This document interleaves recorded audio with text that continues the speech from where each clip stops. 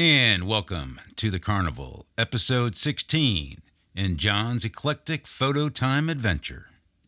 Once a year, like clockwork, the Carnival arrived in Bramble Creek, a sleepy town nestled in a valley cradled by golden hills and whispering pines. Life here moved at the kind of pace where faces were familiar, and the arrival of the Carnival was the biggest event on the calendar. People prepared for it for days in advance. Lights strung across porches, chatter at the local diner, children drawing crayon maps of where the carnival cakes and funnel cakes would be. That Saturday evening, the air carried the faint scent of deep-fried sugar and sawdust, mingling with the warm breeze that swept through town like a whispered invitation. The low hum of generators and music floated over Bramble Creek, signaling the carnival's arrival like a siren song.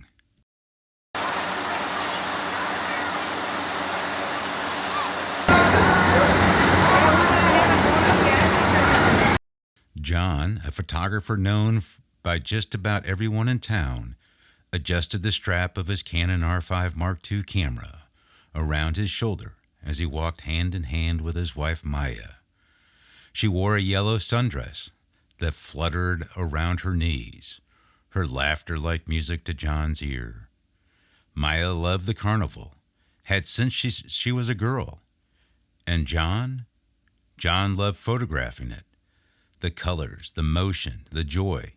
He saw stories everywhere through his lens.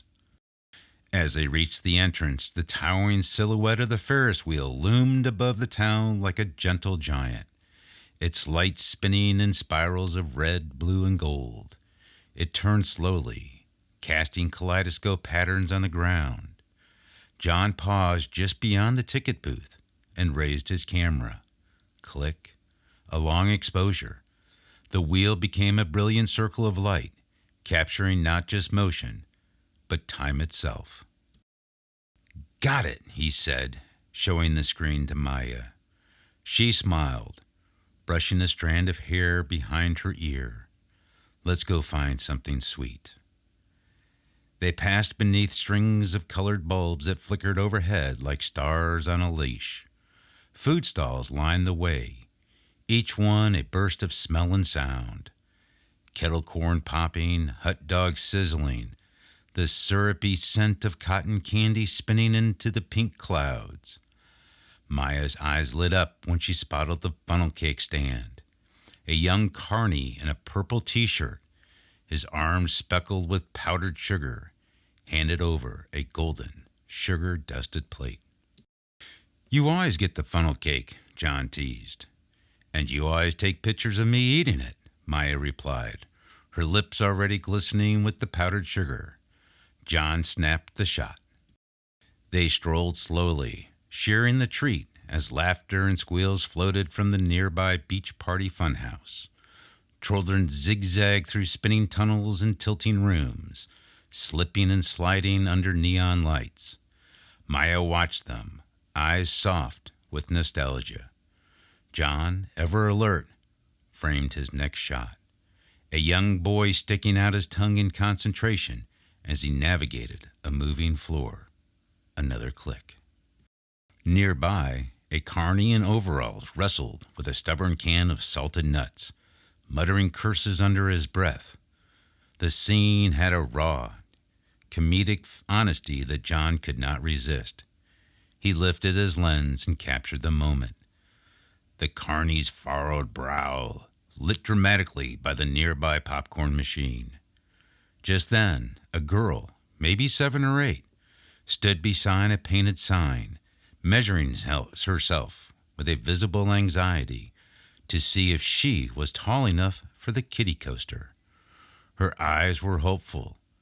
John crouched slightly and caught her tiny fingers clutching the edge of the sign. Another frame of innocence. As they wandered deeper into the heart of the carnival, the games opened up like a gambler's alley. Bright booths beckoned with promises. "Win a prize every time," they shouted in colorful letters. Children tugged at their parents, pointing at plush dragons and stuffed unicorns. John watched a teenage boy nervously hand a dart to his date before she popped a balloon in one try. Her laugh was victorious, and the boy blushed as she picked a small blue bear. Click. Then came the rides. They rose like neon beasts under the twilight sky, each one hissing, blinking, howling with joy or fear. A ride with flying cars whooshed overhead, spinning riders in graceful arcs. Beside it, a miniature highway of toy trucks rumbled along the windy, bump-covered track. Children clutched tiny plastic steering wheels, their expressions serious, as they were on a real cross-country mission.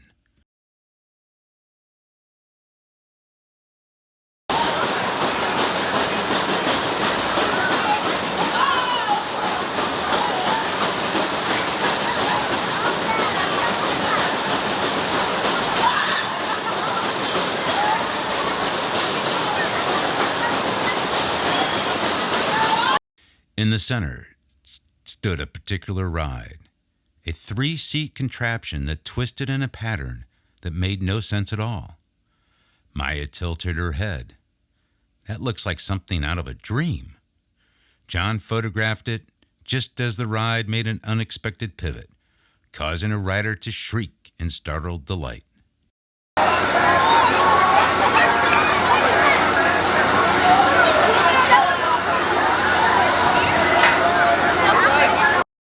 A swing ride rose nearby, its chair suspended on chains, whirling faster and faster until the rider's feet lifted high into the air. One girl held her arms out like wings, her hair whipping back, as she closed her eyes in joy. Click. The long slide was another classic, woven from brilliant rainbow-colored plastic. It stood like a waterfall frozen mid-flow. Siblings in burlap sacks zoomed down side by side, their faces wide with grins. Miya gripped John's arm as they watched two twin boys race, their hair standing on end.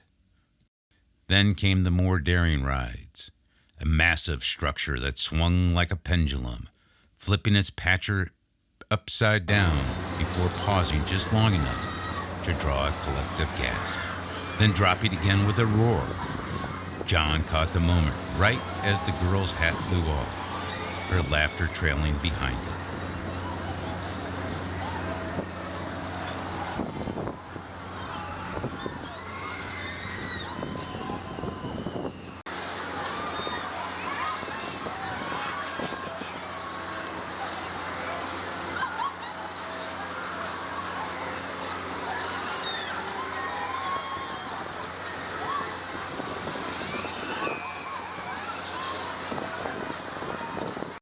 But nothing matched the ride bathed in deep red lights.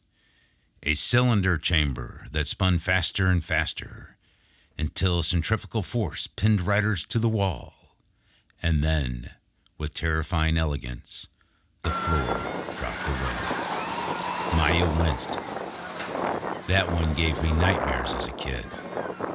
John clicked the shutter just as the floor vanished, catching the moment of shocked freeze on frozen faces. As night deepened, the carnival transformed. The lights seemed brighter, the shadows longer. Friends and neighbors, mailmen, school teachers, shopkeepers, mingled like one great family under the star-flecked sky. Children clutched glow sticks and a prize balloon, and teens walked hand in hand, the flicker of first love in their eyes. John and Miya made their way toward the exit slowly, reluctant to let the night slip away. The funnel cake was long gone, but the taste still lingered. John took one final photo, a wide shot of the whole carnival from the hill above the parking lot. In the image, the Ferris wheel glowed like a sun, and the rest of the carnival pulsed around it like planets in orbit. As they walked the quiet road back to their home, shoes crunching on gravel, Miya leaned her head on John's shoulder. You got everything? She asked. John smiled. Almost. I did not get a picture of the best part. What's that? You, he said, right now. He lowered his camera and took the picture without looking through the viewfinder, just capturing the moment as it was. Her eyes closed, her head on his shoulder, the carnival still echoing in the distance. And maybe that was the magic of the carnival. Not the lights or the rides or the funnel cakes, but the way it made everything, laughter, love, life, just a little brighter for one night each year. And we hope you enjoyed episode 16 of The Carnival. Please join us next time for Total Failure, episode 17 of John's Photo Time Eclectic Story. And presented here are some of the images that were noted throughout the presentation with the camera, the lens, the person who took the picture, and the date of the photograph. This is to prove up that these are not AI-generated photographs. Thank you. And once again, we appreciate you watching The Carnival, episode 16 of John's Eclectic Photo Time Story. If you enjoyed this presentation, please consider subscribing and hit that like button. Thank you.